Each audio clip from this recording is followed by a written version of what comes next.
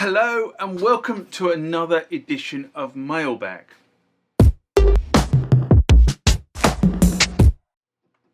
What is Mailbag? Well, Mailbag is a feature of the channel where you guys leave lots of comments on the channel and I attempt to answer those comments, or if I can't answer those comments, I throw it out to you guys who have more knowledge on some of this stuff than I do. So let's get into the first mailbag of this session.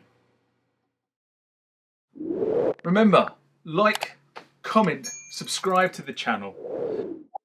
Go over to Instagram and follow me there. Go over to Facebook, follow me there. That's where the normal notices are. And consider becoming a Patreon.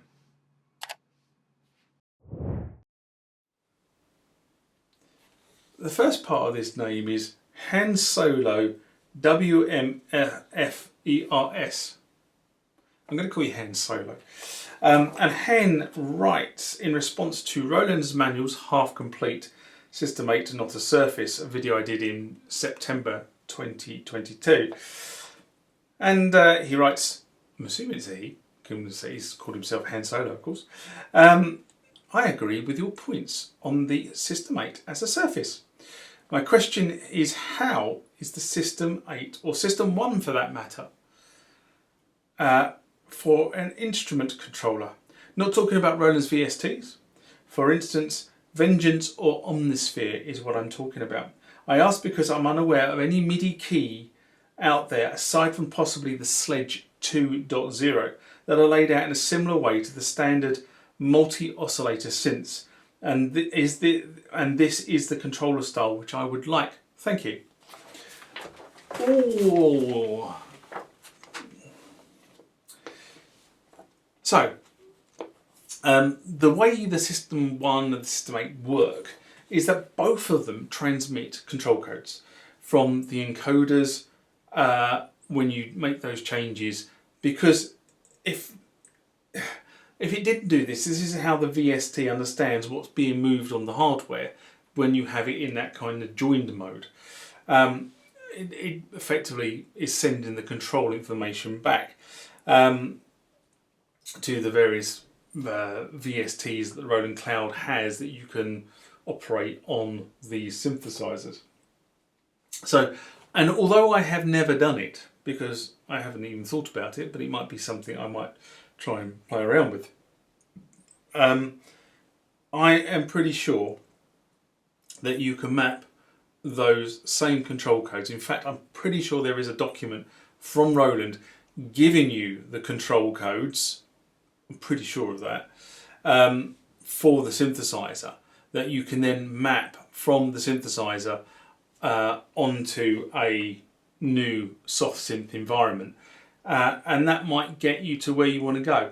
The only thing I would say about it, and this has been one of my big bugbears with surfaces over the years, is that surfaces promise the world and deliver England, for want of a better word. And in some instances, it's more like the Isle of Wight, in that it takes a long time to map all the control surfaces from the synthesizer to the DAW, VST, etc. that you want to use it with. And then you find it difficult, unless you save those mappings, you have to do it all over again. And even if you do save those mappings in some instances, you still need to do it all over again. It can be actually more aggro than the actual perceived benefit. And this is what I've had with surfaces in the past, where I mean, I can remember the ME Audio, or was it the Axiom? I think it was the Axiom. So the M Audio Axiom interface promised complete integration with Pro Tools. Did it ever integrate with Pro Tools? Did it Eckers like? And I went and custom mapped it into Pro Tools, and it was a long, laborious process of mapping this thing into Pro Tools, that every time you went in a different menu, you had to map what the faders and rotary encoders did. And it was just absolutely laborious. And then I tried to use it with Ableton, and that was just as bad. So that kind of got sold on quite quickly, because I bought it for that exactly for that idea that I was going to use it as a sort of 49 note keyboard controller. I've still got, funny enough, I've still got the software on my Mac that came with it, and actually the software was quite interesting for roughing ideas up, but the keyboard went long ago, really went long ago. This comment question comes from MCAL27, and this was in response to Muse Receptor and the abandonment support. An SMR I did way back in 2018, December 2018. And MCAL writes, I was UK dealer support for a number of years. We sold them to loads of bands and musicians. Jules Holland used one live for many years. I was sat backstage in Lincoln when he tested it by using it for a full gig. I was terrified, but it worked great and he bought two. I was hoping that Muse would put more into the UniWire plugin, which allowed it to work within the DAW as a plugin, but it never really worked reliably. I could have sold them lots of them to film composers as the way to expand their plugin capacity above what their Mac G5s, etc. could handle. I have literally just bought one again from a client to refresh myself with this platform.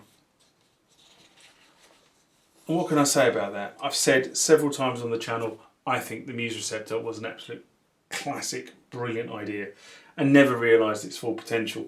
I've seen many high-profile musicians and bands buy into this technology, but I suspect that when Muse pulled the plug on the hardware, they thought it was too much of a risk to continue with this platform.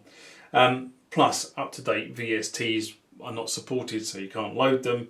Well, you can load some of them, but it's not relatively easy to do so. Now, I have two Rev Cs in my collection.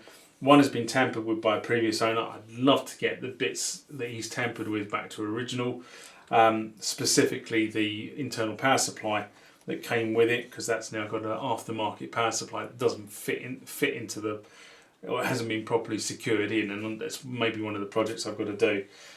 What I'd like to get is a trio or a quattro, but to be honest, they don't come up very often.